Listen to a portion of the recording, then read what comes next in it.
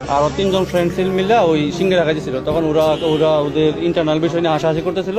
তখন পাশে দুইটা মেয়ে ছিল, দুইটা মেয়ে নাকি বলছিল যে ওদেরকে নাকি ইফটিজিং করতে। এই সেই কালনাগিনী যাদের কারণে পারভেজকে এই দুনিয়ার মায়া ত্যাগ করতে হলো তুচ্ছ একটা ঘটনাকে কেন্দ্র করে।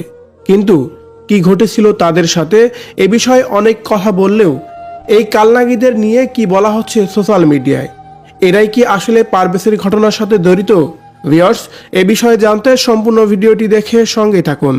আমাদের ভার্সিটির পাশেই একটা সিঙ্গারার দোকানে সিঙ্গারা খাচ্ছিল, ব্রেকে সিঙ্গারা বা অন্য কিছু খাচ্ছিল। মিষ্টি ও সুন্দর হাসির কারণে এই পৃথিবীর মায়া ত্যাগ করতে হয়, সেই বিষয়টি আমরা কেউই জানতাম না।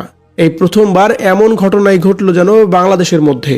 মূলত এই সেই ব্যক্তি যাদের দিকে তাকিয়ে মিষ্টি করে একটি হাসি দিয়েছিল পারভেজ। এই মিষ্টি হাসি কাল হয়ে দাঁড়িয়েছে পারভেজের জন্য, যার কারণে বন্ধু বান্ধবদের খবর দিয়ে এই মেয়েগুলাই পারভেজকে এই দুনিয়ার মায়া ত্যাগ করাতে বাধ্য করেছে।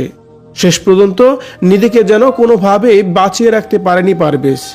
পারভেজ মৃত্যুর আগে শুধু একটা কথাই বলতেছিলেন তার বন্ধুদের কাছে, বলতেছিলেন, আমি তো কিছু বলিনি, আমি শুধুমাত্র একটু হেসেছিলাম, আর এই হাসির কারণেই তাকে এই দুনিয়ার মায়া ত্যাগ করতে হয়েছে।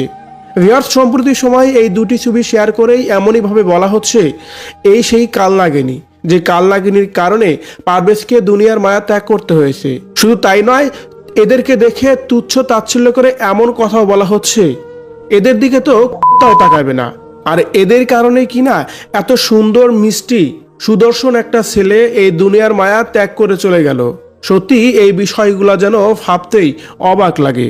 ভিউয়ার্স, পারভেজের ঘটনায় সংক্ষেপে বলতে গেলে একটা কথাই বলা চলে যে এই মেয়েগুলার দিকেই তাকিয়েছিল পারভেজ, তাকিয়ে হয়তোবা মিষ্টি একটি হাসিও দিয়েছিল, আর সেই হাসির কারণে এই মেয়েগুলা তার বন্ধু বান্ধবদের ডেকে নিয়ে এসে পারভেজকে দুনিয়ার মায়া ত্যাগ করাতে বাধ্য করেছিল।